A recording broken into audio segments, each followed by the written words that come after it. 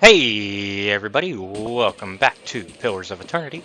Last time we left off, we had managed to get inside the Temple of Wadaka. Here, right? Is that whose temple this is? I can't remember now. It's been a minute. Yeah, Temple of Wadaka.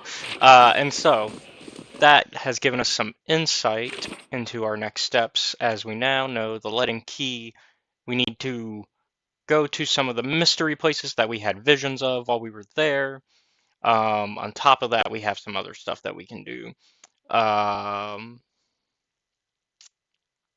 see, day 14, day 13, day 7, day 5. He still hasn't wanted to talk to us yet. Damn. We're on day 14 or something like that, and he still doesn't want to talk to us. Okay.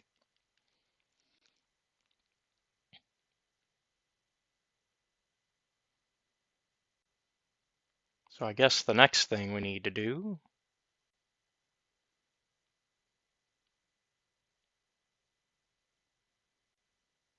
I guess, is go back to the base to get that done.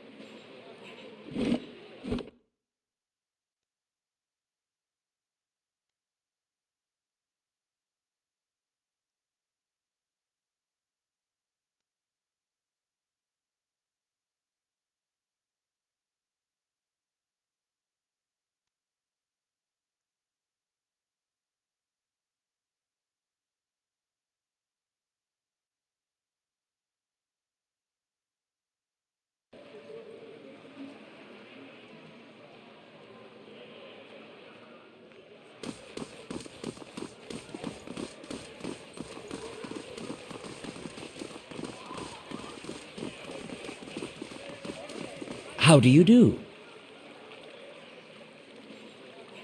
Oh yeah, we gotta. What was it we had to do for that one?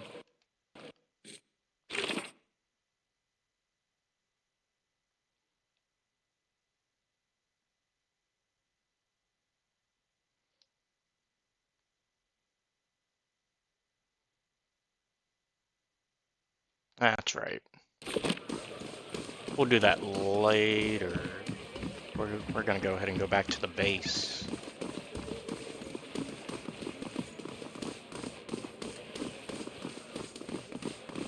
I fucked up. Should have went all the way back to the base once we hit the map. Oh well. We got this now.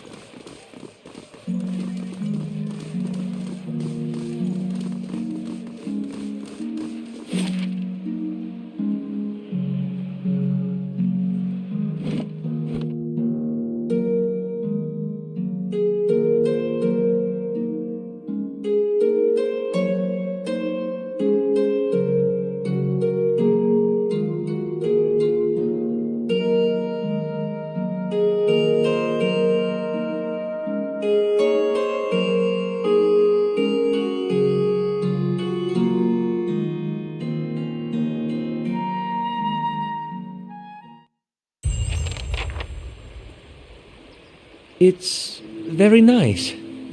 We're not sleeping here, are we? Okay. We did not make it all the way. We also need to do our next upgrade now that the barracks are done.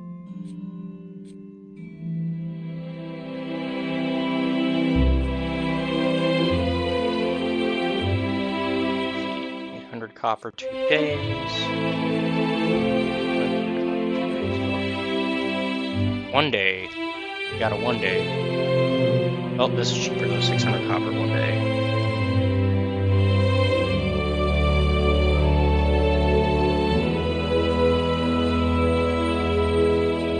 Let's do that one. We did make it all the way, actually. Sorry, I lied.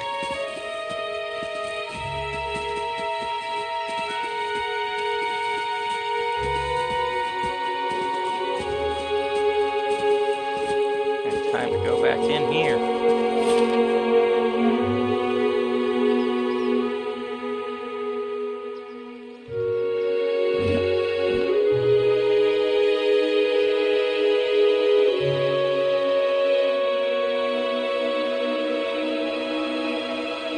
We're gonna go ahead and try to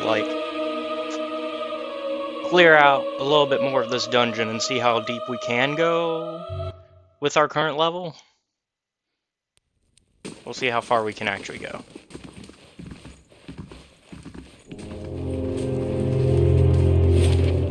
Because now, we should be able to go further down.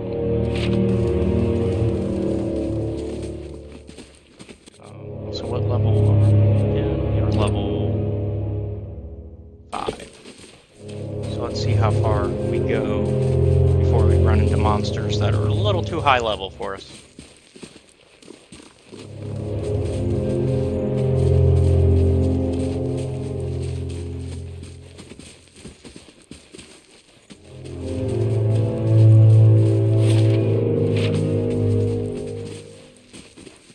Here we are.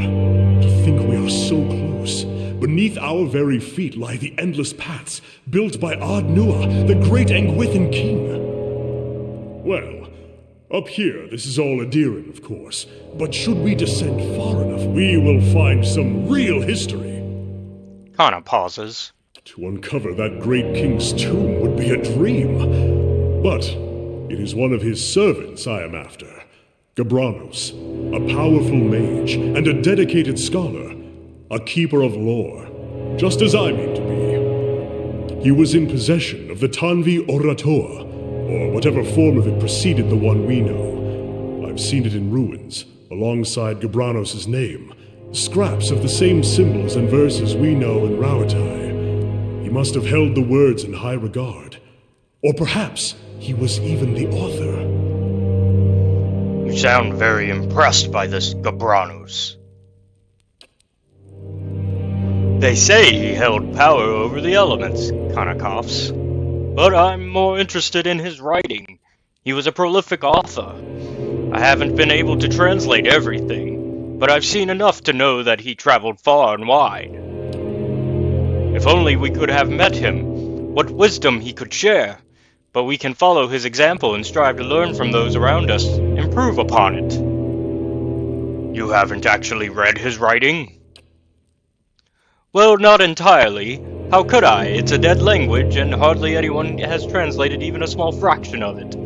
But what little I can, I have translated by comparing the symbols in his work to what others have found. I pieced together a phrase from the Tanvi Oratoa, clear as day. I even gave it to the keeper to check.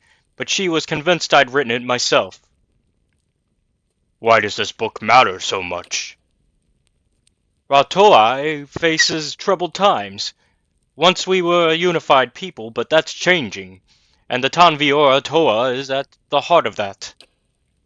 There are those who say that we haven't held to its instruction, that we've allowed ourselves to grow weak and polluted our traditions by welcoming foreigners rather than laying claim to the lands around us. That we must hold to those traditions if we are to make of ourselves a nation to be feared. My brothers would have it so, but we don't need to isolate ourselves to make Rauatai great. I know there's more to the chant. It wasn't created out of sand and water 1,000 years ago, but brought to Rauatai by the Angwithans, by a people that knew the true values of alliances and shared their knowledge with us. And with that knowledge we made Rauatai what it is today. If I can find the original, I can prove it. They'll know that the chant is far older than we believed, that the Ingwithans favored peace and the trade of knowledge. If we follow in their footsteps, we can make it a kingdom just as grand and lasting as theirs.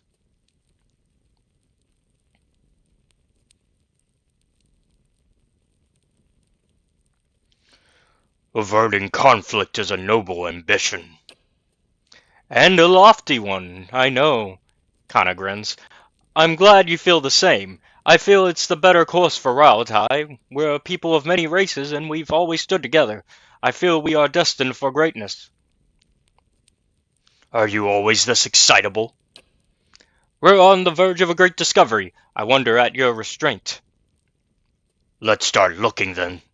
If my sources are correct, Gabranos will have brought the text with him. It will probably be within a library, or a tomb perhaps. It tends to be one of the two. Let's be off.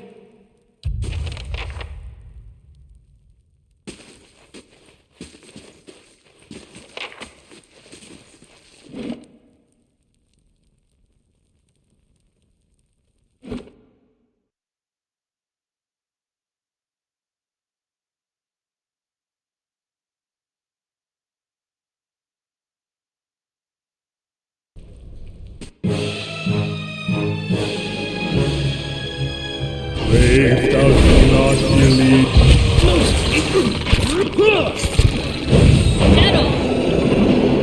Moe.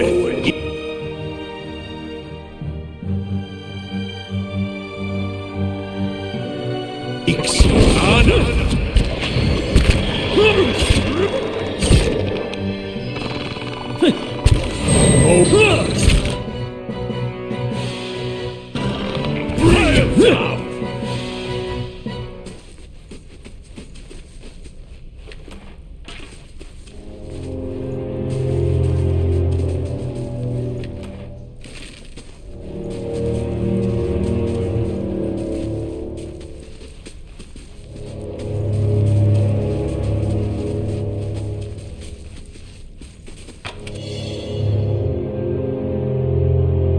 This I haven't seen before.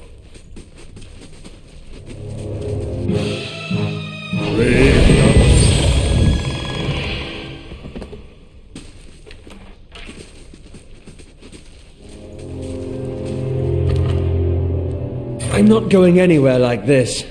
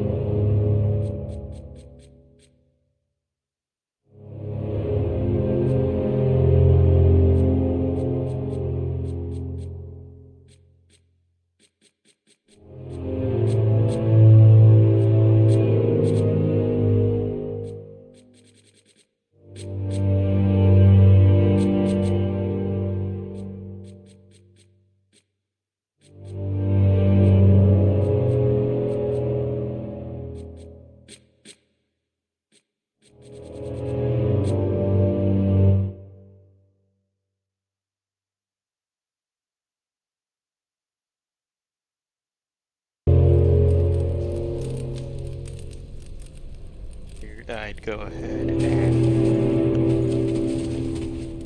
rest because we were looking bad. We needed that rest. Brave thou not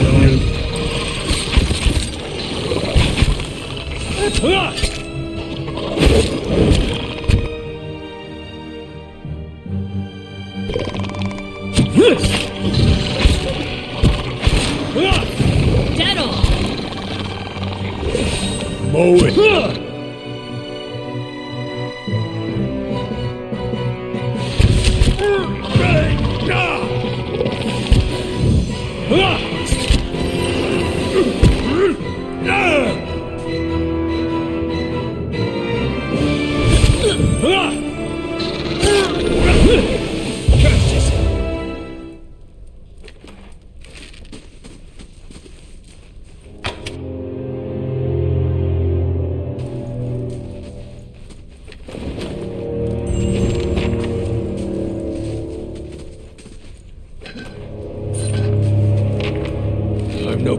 pack mule.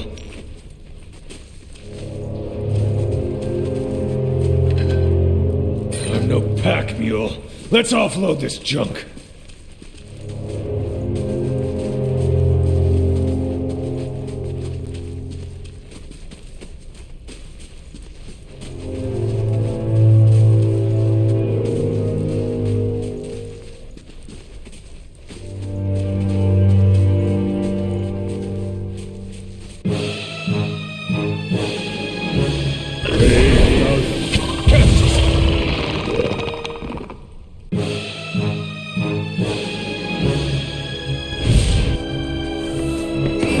Navaru beyond seek!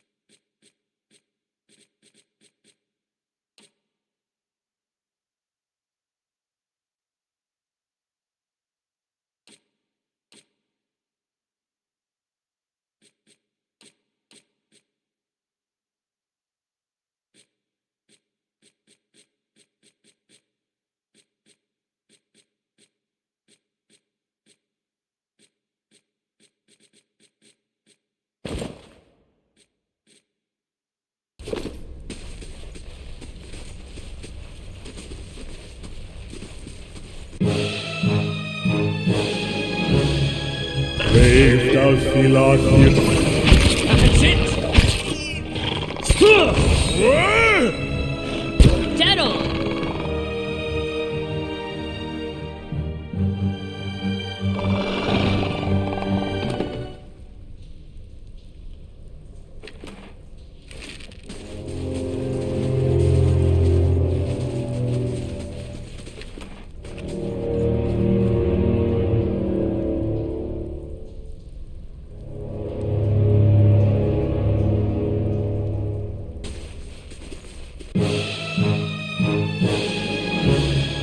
Brave Dalfilathir. I have.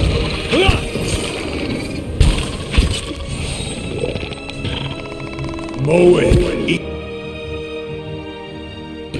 Ana.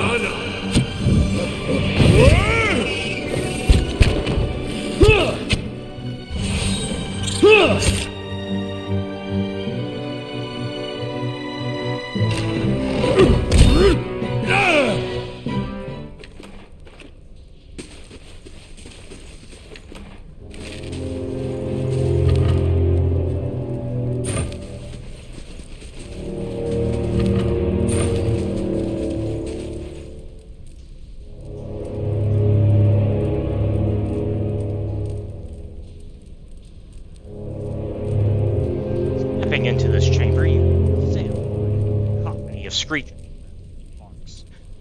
Battered Zarib's dead. Plunges his hands into a bucket teeming with blood to daub patterns onto others. At the far end of the room, one Zarib, wearing the long skull of a young drake and vibrant feathers, shakes a staff towards the gathered Zarib, screeching and clicking.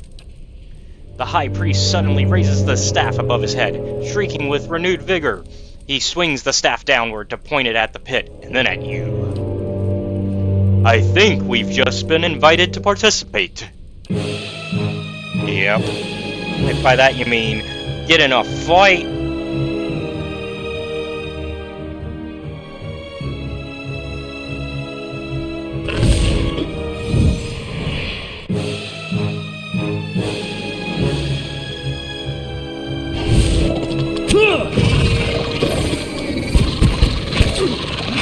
Settle! Brave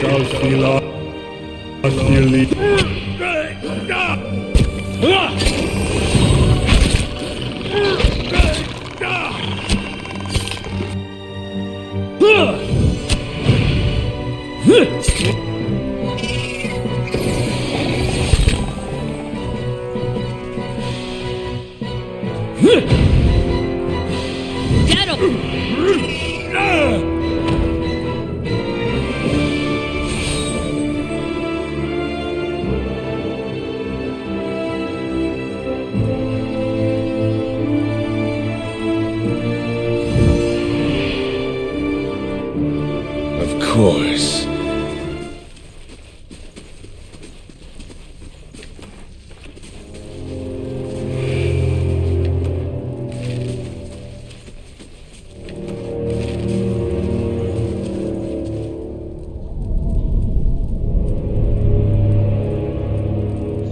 It descends into a grim darkness.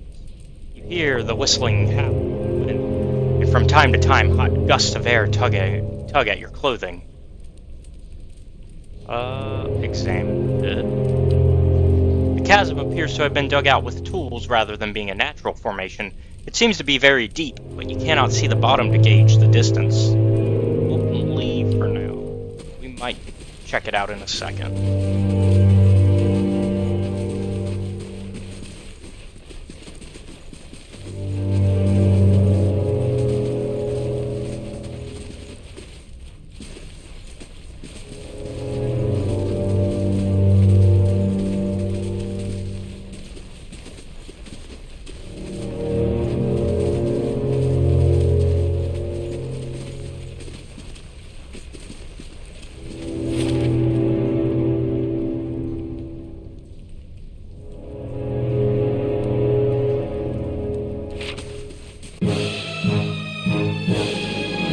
Brave Dalfilathir.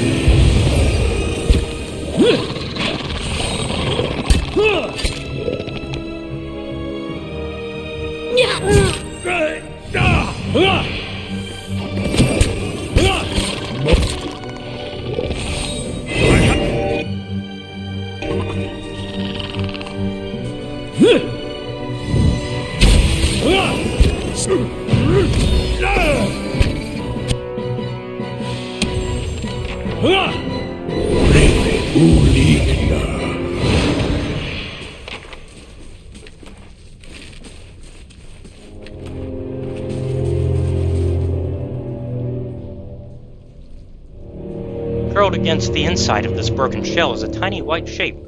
Only when a tiny toothed maw opens to let out a frightened squeak is it clear that this is a small worm recently hatched. We'll pick it up. What fun is a game without a little bit of risk? Yay, we picked up a worm. We have a little wormy. Tiny white worm added to stash. Look at here, out of curiosity. What does that mean for us?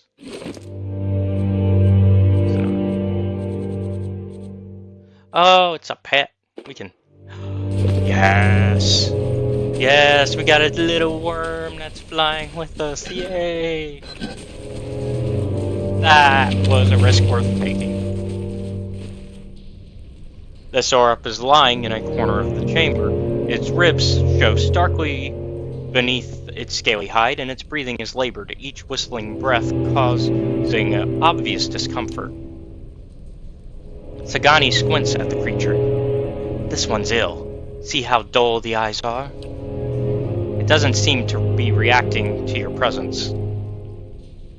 Let's examine it. You look the creature over. There is a strange discoloration on its skin in several places, but you cannot see anything that would inform you of what ails the Zorup. Can we... Okay, well then... We're gonna put it out of its misery. Zorup barely makes a sound. There is a muted wet gurgle, and the creature lies still, blood pooling beneath the withered body. Soon enough, its eyes are glassy, empty of life. Sagani nods. A quick death. Yeah, we're not gonna let it suffer. Like, come on. We may be fighting a bunch of these things, but we're not eating. We're not gonna make it suffer like that. That's fucked up.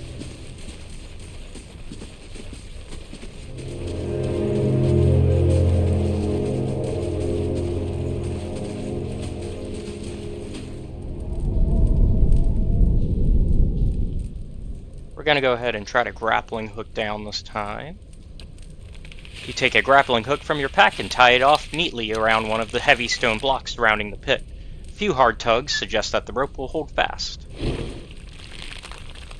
Keeping a firm hold on the rope, you begin your descent into the darkness. Soon, the edge of the pit is far above your head, and you can hear only the creak of the rope and your own breaths. Soon enough, however, you see another source of light far below. Past the dangling end of the rope, you can see a dimly lit room, at the center of which is a circular stone pool. The pool is filled with blood, and even at this distance you can pick out various limbs and mangled bodies, largely Zorup in nature. The tunnel bored into the stone ends a ways above the chamber below, and your rope extends no further. Alright, well then... Yeah, let's jump down into the blood pool. Bracing yourself for the landing, you loosen your hold, dropping down the remaining distance to land within the pool of blood with a noisy splash. The thick, murky waters hinder your swimming, threatening to pull you down into the unseen depths of this grim pit. But at last you crest the surface and pull yourself up and over the brim, to find yourself at the edge of a reeking, sludgy mixture of blood and limbs. Alright, so we found ourselves on a new floor. I don't know how many floors we skipped. Because I forget how far... Oh, level 5. Okay, I forgot how far that rope goes. And unfortunately, the only way back up is to actively find a shortcut or to climb back up. Pack mule. Let's offload this junk. One by one with the stairs. But for now, we are out of time, so we will have to continue this journey next time. Thank you all for watching. Be sure to like and subscribe to the channel, and if you really like our content, check out the Patreon, which is linked down below, where you can watch our content before it's released publicly on YouTube. Also, be sure to check out our Discord, also linked down below, to become part of our community, and I will see you all next time. Have a good one. Bye.